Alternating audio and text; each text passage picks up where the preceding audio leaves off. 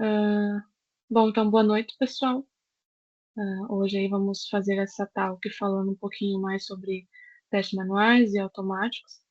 Para quem ainda não nos conhece, eu sou a Camila, né? Quem vai apresentar vai estar aqui a dinamizar é eu e o Laerte, tá? Quem quiser nos seguir aí nas redes, entrar em contato, estamos no LinkedIn para vocês terem contato conosco, enfim, qualquer dúvida. E bora lá então começar esse papo, né? Aí tem algumas opiniões diferentes,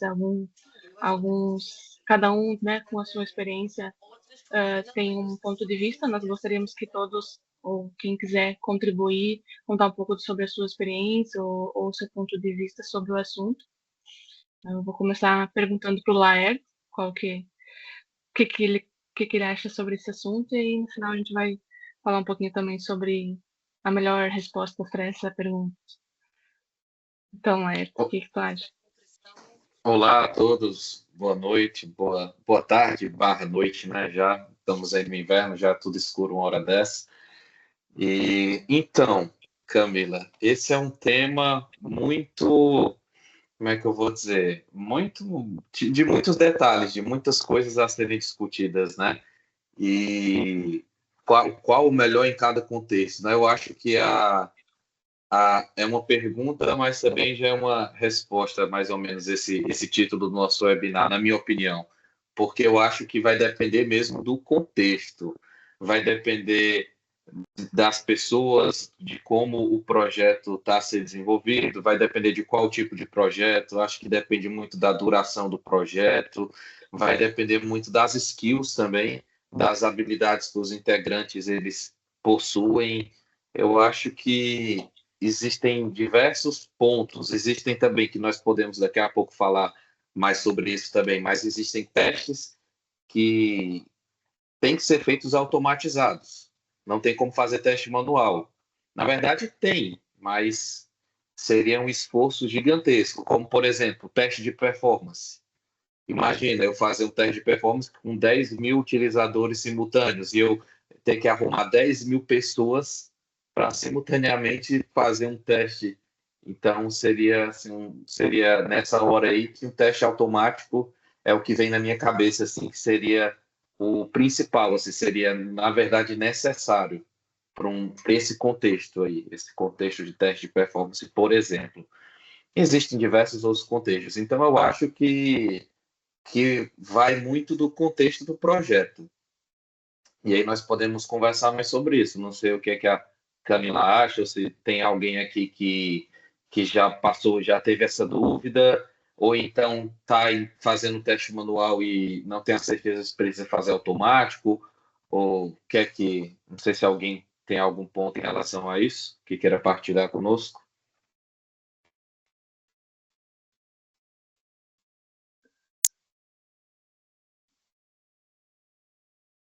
Bom, se alguém quiser interromper, falar, pode ficar bem à vontade. Eu vou só dar uma continuidade aqui em relação a alguns três pontos assim que eu elenquei para comentar aqui na call, que em relação aos testes manuais, eu penso que exploratórios, testes, se for fazer testes exploratórios, você vai fazer manualmente, né? É impossível você automatizar algo que é exploratório. A automação vai muito mais na linha, né? É sempre aquele teste que você vai fazer, então você não vai ter como imaginar coisas automáticas. Então, exploratórios, você sempre vai fazer manual. Alguns cenários mais complexos, referente ao sistema, né? Isso vai depender do sistema também. Se for algo simples, você vai poder automatizar. Se for sempre o login, vamos, né? O mais básico, você pode automatizar tranquilamente, não é um cenário complexo. E outro ponto é a limitação do tempo. Se for um projeto a curto prazo, não, não faz tanto sentido, pelo menos é o que eu percebo, que não faz sentido ter automação para isso. Então, você dedica ali o seu tempo, que vai ser curto, para fazer testes manuais, E em relação a recursos também, né? Se for um projeto pequeno e tem uma pessoa que vai fazer testes, se calhar ele descarta a automação logo de cara para poder se dedicar aos testes manuais. E para testes automáticos, eu penso que 3 pontos principais seriam os testes de regressão, né? Se você tem ali um sistema já mais bem elaborado, já está estável no mercado, não tem assim tantas alterações, é você automatizar e aí depender ali, né, dispensar um tempo em cima dessa automação para os testes de regressão e testes de repetição, né? Como eu comentei, o login é, por exemplo, um teste de repetição. Você não precisa estar testando manualmente, sendo que é sempre a mesma coisa e provavelmente tem pouca alteração, né? Mas, enfim, pode ter outros cenários também. E o terceiro ponto nos testes automáticos é em relação a você conseguir ter uma cobertura mais extensiva, no sentido de mesmo o sistema já estar consolidado, com o teste automático você vai correr mais funções daquele sistema do que com uma pessoa testando manualmente em relação ao tempo. Então, a pessoa manual pode ser que não tenha assim tantos dias, tantas horas para poder percorrer por todo o sistema, se ele for um sistema grande, né? Então, eu penso que esses 3 pontos, não sei se alguém tem mais algum ponto que acha importante contribuir, que vai fazer diferença, ou que tem alguma experiência sobre o assunto, fique à vontade. Eu vou, Camila, rapidamente, e depois quem quiser pode sempre ficar à vontade para falar a qualquer momento, mas eu me lembrei aqui agora de 2 situações que eu tive quando eu trabalhei na Motorola, e lá na Motorola nós tivemos um produto chamado MotoVoice. Então foram 2 situações. Não sei se alguém aqui já ouviu falar, um produto aí que pelos anos 2018, 2019 era bem usado nos telemóveis da Motorola. E nós tivemos a situação que era automatizar ou não o motovoice. Então, no início, foi muito discutido isso, porque basicamente era um assistente de voz. Nós falávamos comandos e, através do que nós falávamos, o assistente de voz ele interpretava e respondia, como se fosse uma espécie de Google Home, Siri, esses da Amazon aí também, que eu não vou falar aqui para não, se alguém tiver, por acaso eu tenho, vai trigar e pode ser que trigue. Mas aquele dispositivo da Amazon lá também, de assistente que responde, pronto. E aí nós tivemos essa dúvida. Vai fazer automático? Não vai fazer automático? Começamos fazendo manual.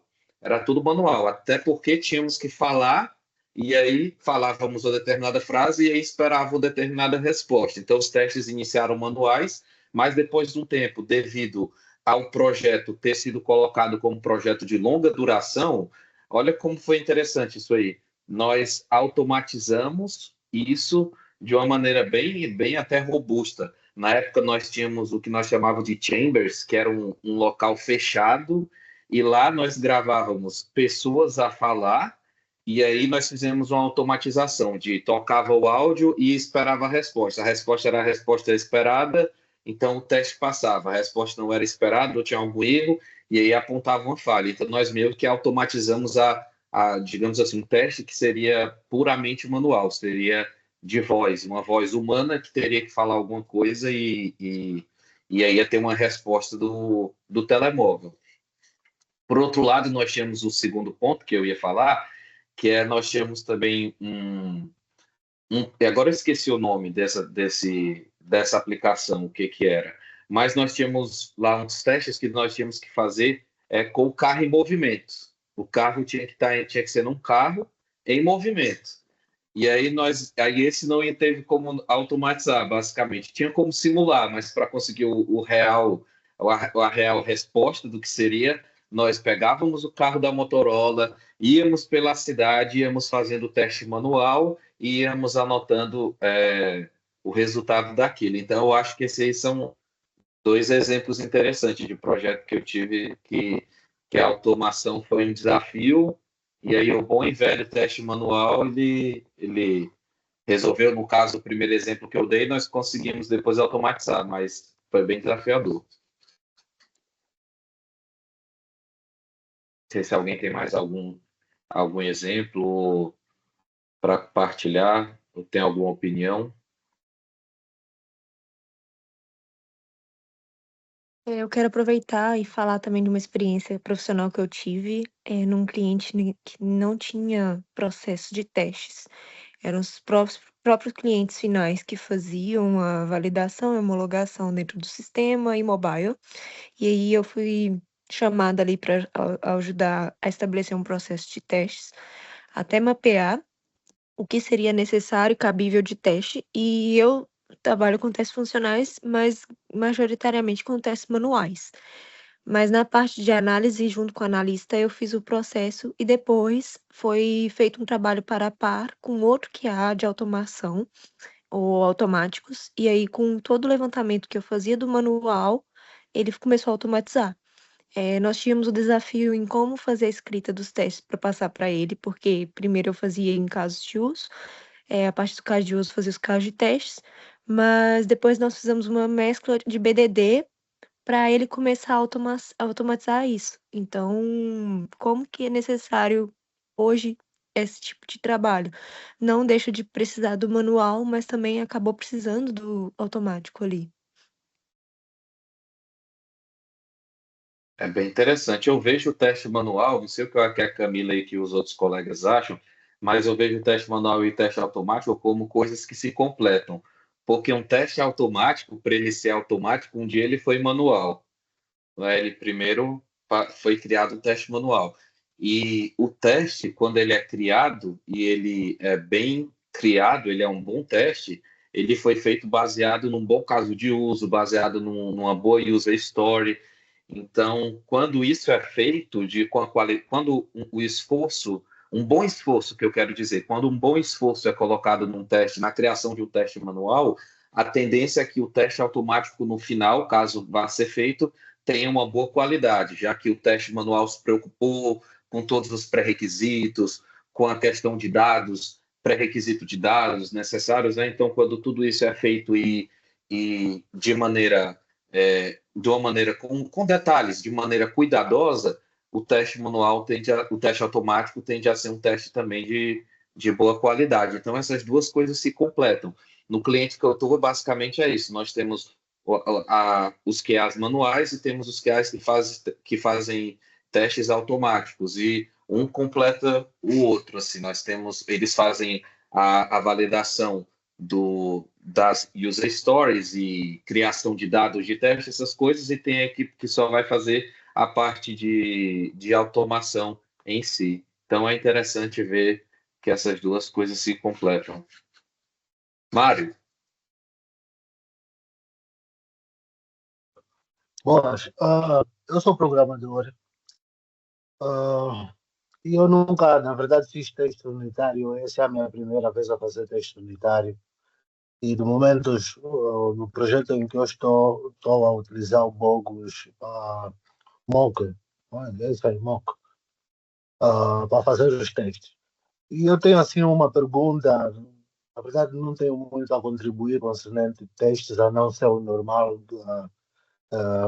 desk check.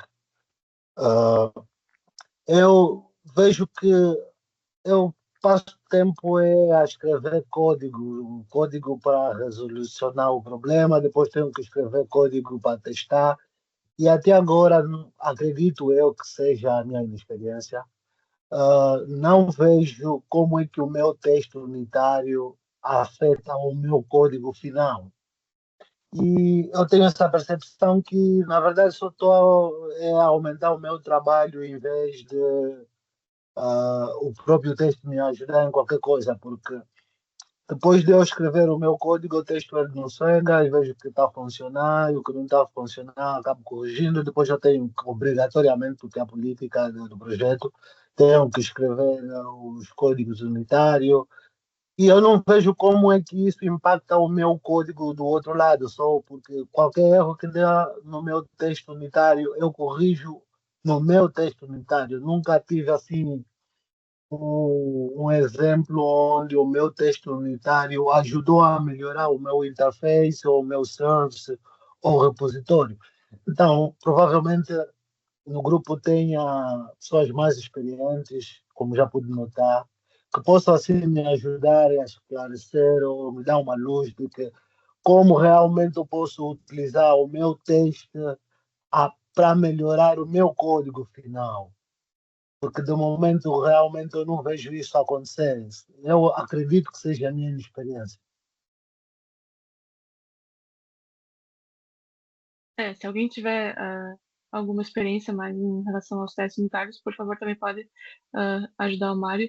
Mas eu vejo assim que em relação aos testes unitários é mais uma questão a longo prazo. Assim, a gente não consegue perceber, pelo menos é a minha experiência, de que vai ter um retorno já a seguir, e sim mais a longo prazo, em relação a alguma coisa que foi alterada no sistema já há um tempo atrás, e se tiver ali o teste unitário, vai nos ajudar a perceber o problema, o bug, o que seja, de uma forma mais clara. Não sei, Laerte, se tem alguma outra opinião que possa ajudar o Mário É, também? exatamente. É isso mesmo, Camila. E os testes unitários, eles são um bom exemplo de um teste que necessariamente precisa ser automatizado, né? Já que nós estamos a falar de em qual contexto, o teste unitário é um teste automatizado, é um teste automático, que pronto, quando o Mário lá, ele faz lá as builds dele lá de desenvolvimento, ele corre os testes unitários e ele recebe uma resposta. Apesar de que pareça, para o Mário, às vezes, possa parecer, ou para quem qualquer desenvolvedor que esteja a fazer os testes, possa parecer que não, os testes não estão a ter um impacto positivo ali na qualidade do software. Na verdade, os testes unitários eles desempenham um papel, eu acho que fundamental, porque eles são testes muito rápidos de ser executados. Então, um teste unitário vai ser executado em milissegundos. Se ele tiver lá 1.000 testes, vai ser em alguns segundos, ele vai ter uma boa resposta e ele consegue ter um panorama geral, pelo menos a nível de código, se pelo menos os métodos e os fluxos, as lógicas gerais do software, as regras de negócio gerais, elas estão a ser atendidas pelo menos a nível unitário. Claro que o teste unitário em si, ele traz muitos benefícios, né? Ele é a base de tudo, talvez um dos mais importantes. Tanto que, pronto, isso aí depois eu posso falar melhor para o Mário, mas tanto que na nossa pirâmide de testes, o teste unitário ele é a base, ele é um dos primeiros que nós mais temos que ter. Apesar disso, existem outros testes, Mário, que eles já vão acima dos testes unitários, que eles já ajudam a dar uma ideia melhor, já nesse sentido aí que tu falaste, de user interface, de experiência do utilizador, que aí tu consegues ver o impacto, digamos assim, mais visualmente. Por exemplo, existem os testes que são muito conhecidos, que é o teste que a maioria das empresas fazem de forma automática, muitas vezes é o teste de end-to-end, que nós chamamos, que testa o fluxo completo. Então, nesse teste, aí sim já consegue ver assim um impacto mais visual, digamos assim, né? A pessoa já consegue ver lá o utilizador a fazer o login, o utilizador lá fazer alguma coisa na aplicação, selecionando ali alguma coisa e realizando a determinada ação. Então, esse teste de end-to-end é um exemplo de teste. Apesar que existem vários outros tipos de teste, existem testes de componentes, existem testes de APIs, existem testes de performance também, que a pessoa pode ver em ação, de fato, acontecendo alguma coisa ali na aplicação em tempo real. Mas resumindo o que eu falei, na minha opinião é isso. Eu acho que apesar de que o teste unitário, às vezes, para o desenvolvedor parece que não tem um impacto muito grande ali, o desenvolvedor só vai, corre o teste, quebrou, ele conserta e assim vai a vida. Eu acho que os testes unitários têm um papel, sim, fundamental e com novos testes adicionados em camadas superiores, um vai complementar o outro para que, como nós falamos, né, a qualidade do software possa ser atingida, possa ser em um patamar mínimo e possa haver, por exemplo, uma release, né? Então, é esse o meu ponto de vista, assim, geral. Não sei se a Malta aí tem alguma coisa mais a complementar também. Eu posso tentar contribuir aqui um pouco também com a visão de dev, né? Em relação ao teste unitário, realmente, a nível de usuário ali, talvez vai ficar um pouco transparente, né? Mas na perspectiva de um desenvolvedor, na minha opinião, né, o teste unitário, ele ajuda bastante ali, como o Light falou, que ele é executado bem rápido. Então, você meio que tem ali o feedback rápido também, sabe? É um problema que você vai ver rapidamente ali durante o build, por exemplo, e provavelmente não vai chegar lá na outra ponta, que é o usuário final. Então, a gente consegue mitigar ali os problemas, né? E também, na perspectiva de desenvolvedor, na minha opinião, o teste unitário ajuda a você ter um pouco mais de segurança para fazer a alteração no código ali, né? Principalmente quando você não tem conhecimento ainda do sistema ali por completo. Então, se você faz uma alteração ali e tem teste unitário cobrindo aquilo, né? Quando eu falo isso, realmente testes que realmente validem o funcionamento, tá? Não só aquela questão de cobertura, esse tipo de coisa. Então, fica um pouco mais seguro ali para você conseguir alterar e evoluir o sistema. Boa, obrigado, Matheus. Muito, muito bom ter essa visão do teu lado de desenvolvedor. E é verdade, esse ponto da velocidade de você ter um feedback rápido é muito interessante, né? Lá no cliente que eu estou, por exemplo, os testes unitários correm em coisa de 3 minutos, enquanto os testes de UI demoram 4 horas. Olha a diferença. E aí, se acontece um problema em teste unitário, nem chega para os QAs testarem. Já deu problema nos testes unitários, já vai para os desenvolvedores avaliarem o que foi antes mesmo de chegar nos QAs e entrar em teste de fato, em testes mais aprofundados. Boa, Matheus. Muito bom.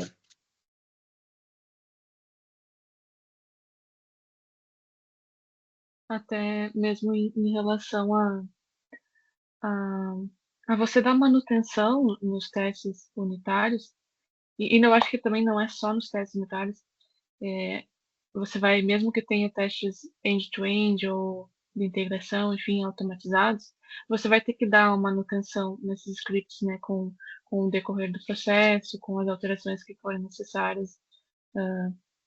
Então, eu penso que essa é uma desvantagem da automação, que sim, a gente sempre vai ter que estar codificando e sempre alterando aquele script, mas também em comparação aí tem algumas vantagens, né? Da questão de execução, né? O Laet, por exemplo, executa os testes dele em 4 horas, os automatizados end-to-end, né? Se fosse fazer isso manualmente, demoraria aí que 4 dias, uma semana, enfim. Então, o que a gente tem que considerar em relação a qual contexto, né, do projeto é também essas vantagens e desvantagens de cada um deles. Posso dar também uma contribuição em relação a alguns projetos que eu já atuei, aonde tinha pouco tempo, era um projeto pequeno, a curto prazo, e era só eu do QA, então a minha opção, né, considerando ali alguns requisitos do sistema, foi me dedicar totalmente aos testes manuais, e o cliente precisava e gostaria de ter todos os prints e comprovação, né, dos testes, então eu dediquei todo o meu tempo a testes manuais e também teve outros projetos onde o sistema já era mais robusto, já estava ali há um tempo no mercado, onde eu tive então a possibilidade de iniciar a automação e praticamente fiquei 90% do meu tempo dedicado à automação para dar uma melhor cobertura de testes automatizados, visto que o sistema já era consolidado. Então, vai realmente depender muito do contexto, né?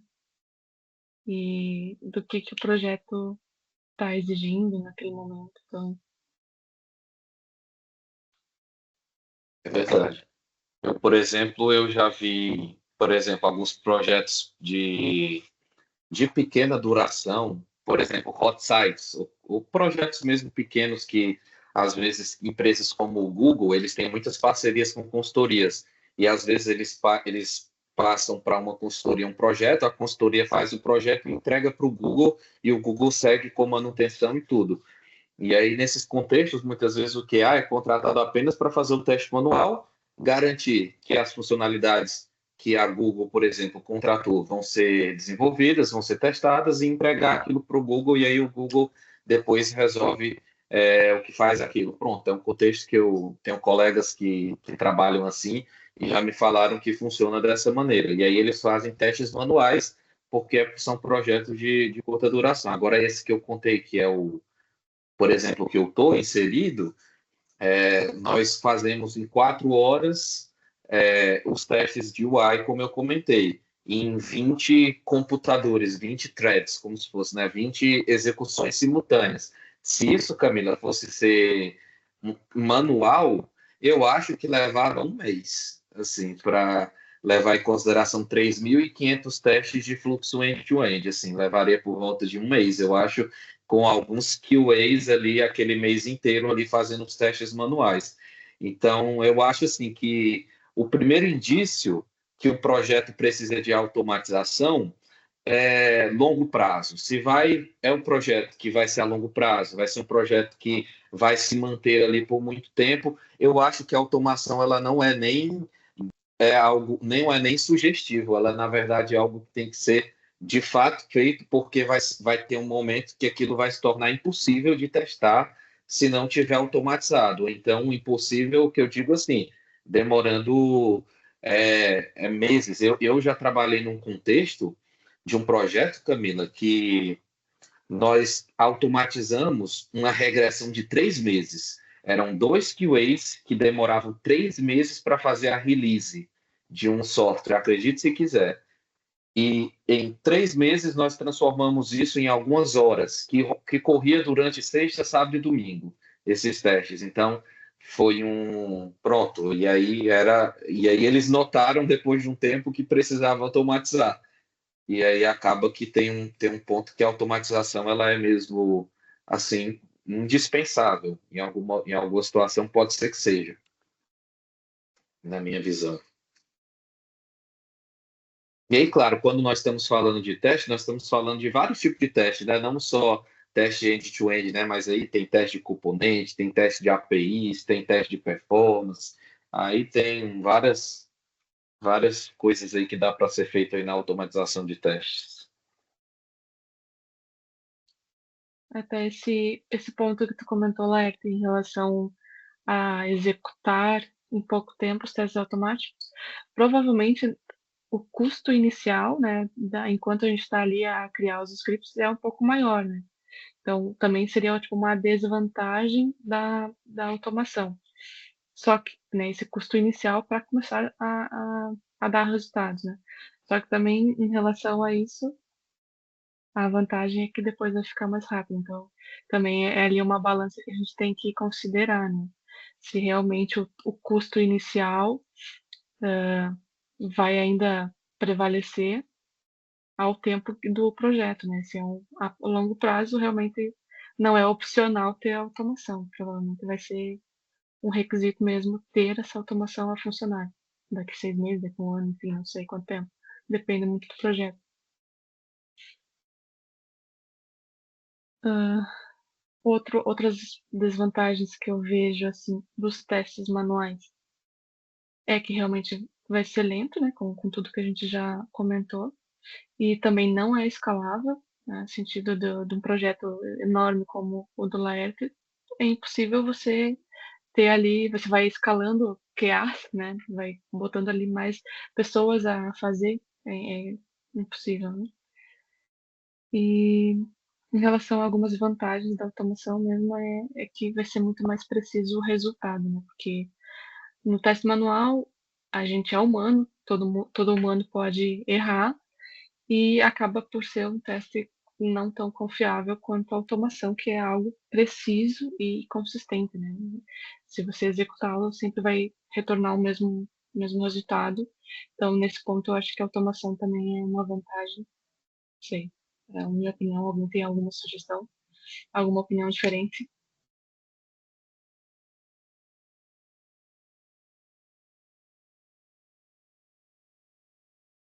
Força, Bárbara. Eu tenho curiosidade, não sei se vocês acompanharam uma thread que tem saído do que a não é dev. E eu queria saber também o que vocês pensam a respeito disso e se vocês acham que o manual também ele vai cair em desuso. Bom, a partir dessa palavra que foi dada.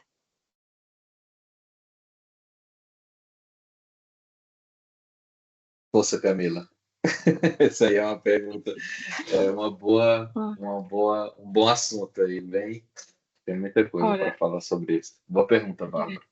boa, Bárbara.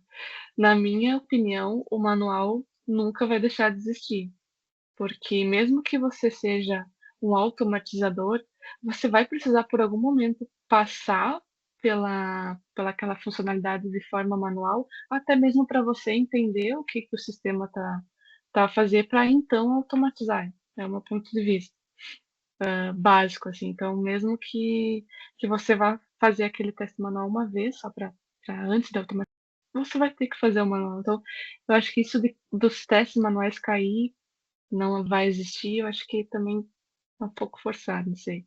Minha opinião. Fala, Héctor. É. Então, eu acho que o QA ele faz parte da equipe de desenvolvimento, tanto como desenvolvedor. Eu acho sim que eu já ouvi essa thread aí do que QA não é dev, mas eu acho que ele não está ali a desenvolver, mas ele faz parte da equipe de desenvolvimento também. Então, eu acho que ele, de uma certa forma, ele desenvolve, digamos assim, também, porque depende do resultado do teste para a funcionalidade poder ser aceita ou não.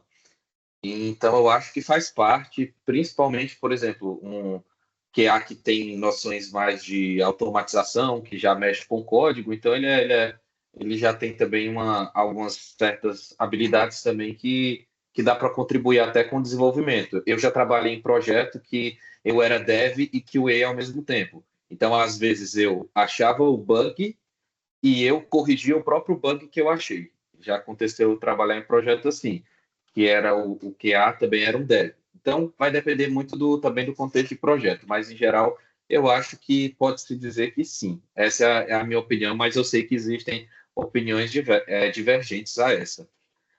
Em relação, Camila, eu acho que o teste manual nunca vai morrer.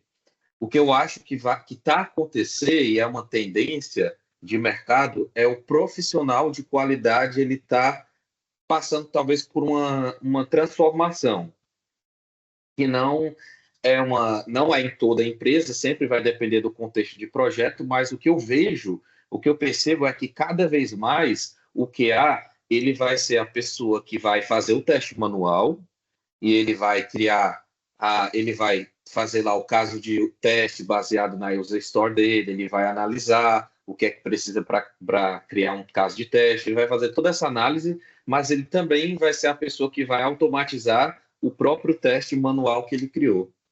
Então eu vejo muito essa tendência de mercado, assim, de um QA mais ponto a ponto, mais que sabe fazer tanto um como o outro. Essa eu digo assim, num contexto geral que eu tenho acompanhado. Mas existem empresas com cenários totalmente diferentes. Por exemplo, o que eu estou mesmo, que eu comentei no começo, existem os testes manuais e os testes que fazem automação. E aí existe uma divisão por conta do sistema que é extremamente complexo. E aí é feita uma divisão para que pessoas se preocupem com criação de testes e com pré-requisitos, esse tipo de coisa, e outras se preocupem apenas com automatização e façam uma boa arquitetura, testes replicáveis, testes escaláveis, e que haja ali o menor impacto possível em termos de manutenção. Então, nós estamos nesse lado da automação, nos preocupamos com isso, existem os outros QAs. Aí, nesse contexto, eu acho que nesses projetos mais complexos, mais robustos, vai haver talvez ainda a separação. Nada impede que o QA fizesse tudo, mas talvez não fosse o mais proveitoso, o mais otimizado. Talvez nesse caso, ser separado assim como fosse mais interessante. Mas, na maioria das empresas, principalmente startups ou empresas de médio, pequeno porte, principalmente, eu vejo essa tendência dessas empresas de médio, pequeno porte, de um QA, ele ser a figura que vai fazer a qualidade de ponta a ponta. Ele vai participar desde a criação do caso de teste, ali quando está ali refinando a user store, desde aquele momento até a entrega de um teste automatizado. É o que eu acho que eu vejo assim. Não sei o que a Malta acha.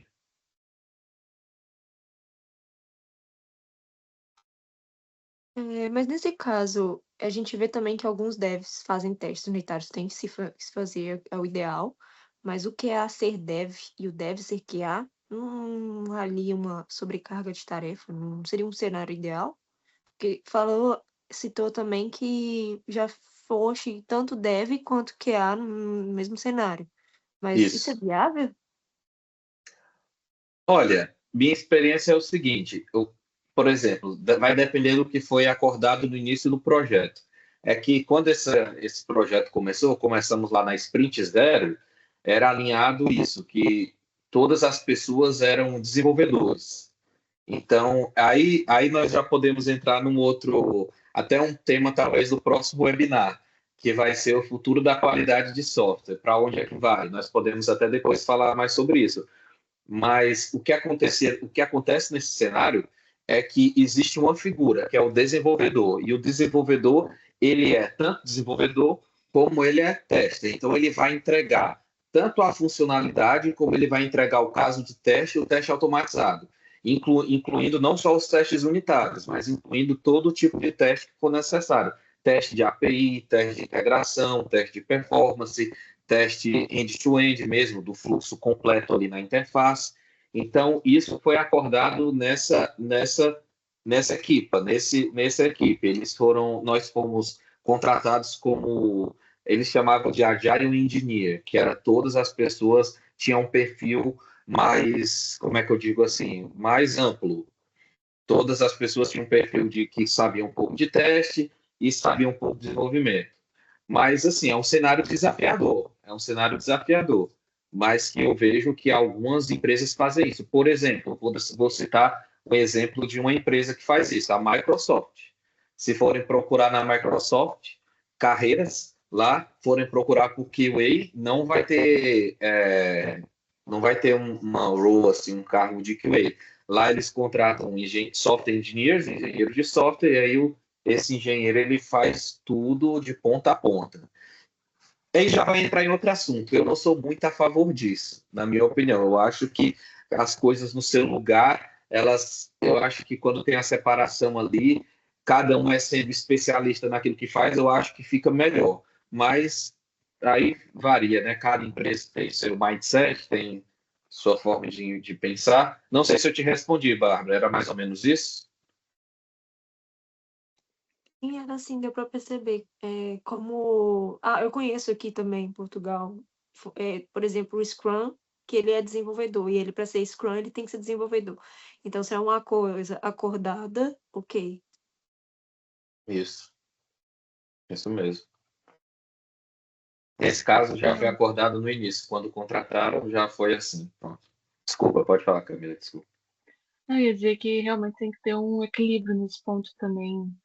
Eu acho que eu sou um pouco a favor da pessoa QA ter conhecimento de código, porque em algumas situações vai agilizar o teu dia a dia. Por exemplo, se tu conseguir resolver ali um pequeno bug que tu mesmo achou, já vai acelerar o processo, não tem que voltar para o desenvolvedor, que provavelmente vai estar numa outra tarefa, e aí vai ficar aquele bug esperando e até seguir o fluxo. Pode ser que seja um pouco mais ágil nesse sentido, mas também tem que ter um limite, né? Acho que também não.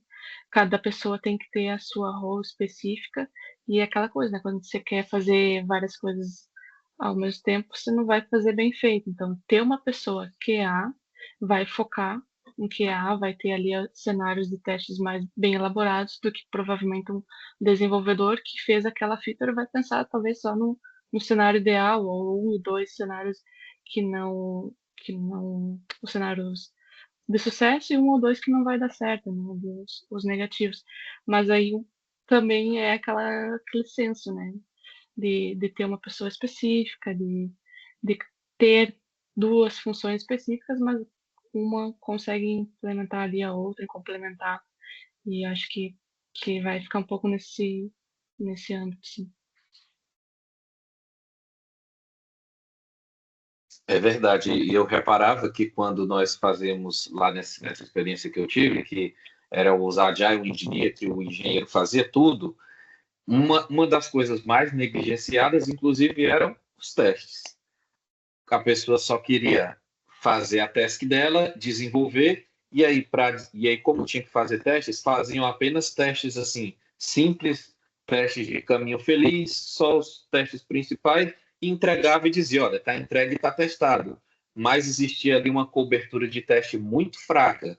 E quando eu ia analisar, eu vi, olha, a pessoa que o desenvolvedor entregou os testes, mas um monte de coisa que ele podia ter testado lá na User Store, ele simplesmente fez de uma maneira muito rápida, assim. Então, é um desafio muito grande caso a empresa vá nesse rumo de ter pessoas que fazem tudo, tem que ser uma coisa muito bem discutida e muito bem. Tem que haver uma formação, eu acho, assim, na cabeça das pessoas para que elas entendam isso. No geral, eu ainda sou da corrente de dividir de cada um no seu lugar e aí todos juntos, unidos, entregam um software de qualidade. Eu sou mais dessa corrente.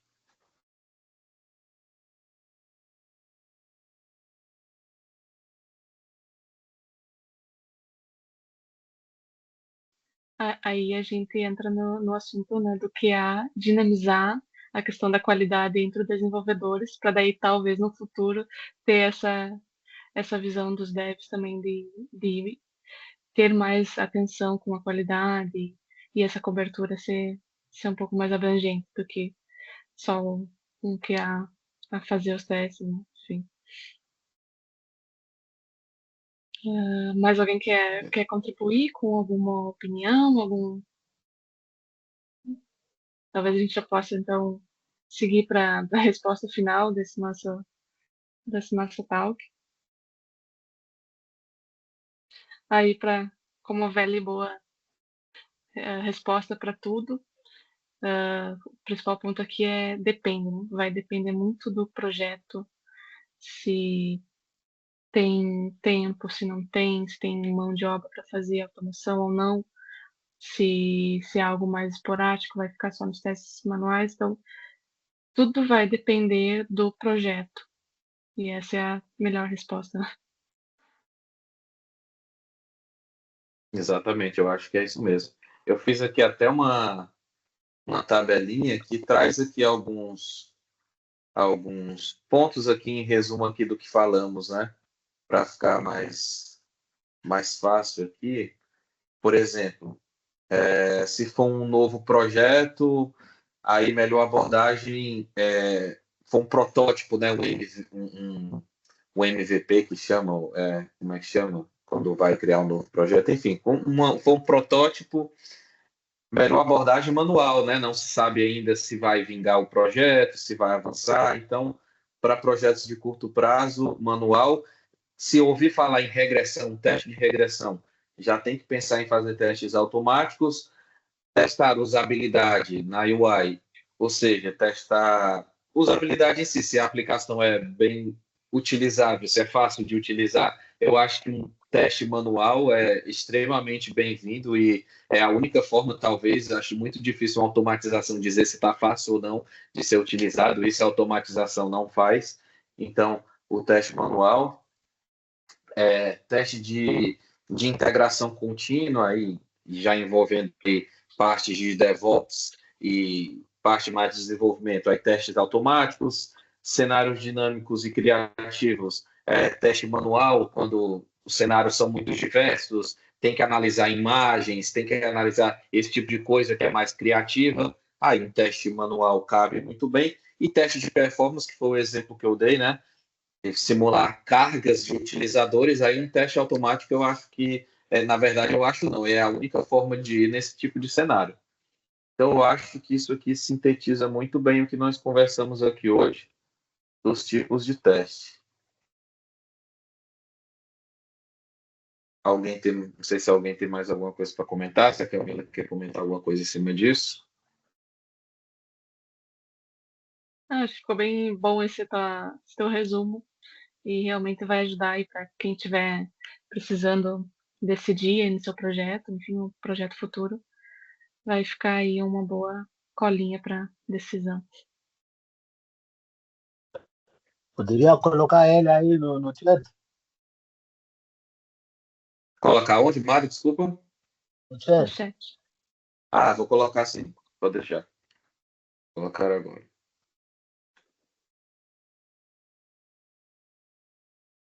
Olha, foi bem no chat até, foi bem formatado até. Ótimo.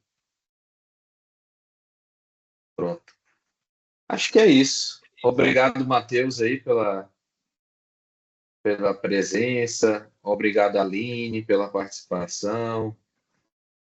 Obrigado a Bárbara também, ao Mário, ao Marcelo, Daniel, todos os colegas aí. Agradecer muito. Foi.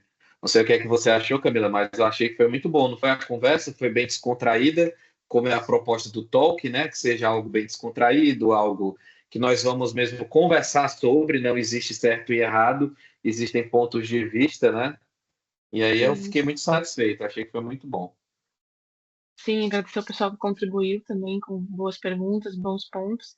E é isso aí, né? Tema para a gente conversar também dentro da área do QA não vai faltar, né? Para a gente fazer aí os próximos também. Acredito E que só. Desculpe, Mário? vocês, acho que por terem preparado bem a matéria, fluíram muito bem. Embora que a gente não pode contribuir o máximo possível quanto vocês, mas da maneira que prepararam o conteúdo e apresentaram, fizeram com que, mesmo a gente não participando o máximo possível quanto vocês, a coisa fosse fluindo assim da melhor maneira possível. Portanto, estão mesmo de parabéns. Ah, obrigado, Mário. Obrigado mesmo. E a gente fica à disposição. Se alguém precisar trocar uma ideia, alguma pergunta também depois, pode ficar bem à vontade. A gente está disponível no Alerta.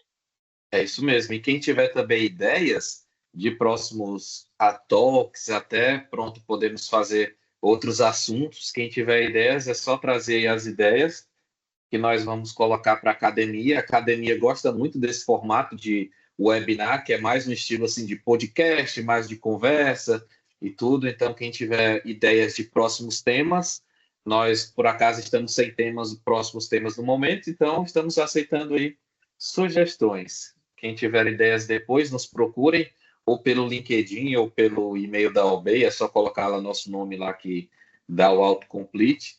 E aí nós podemos estar trazendo esses temas nos próximos talks, né, Camila? Sim, sim. É uma boa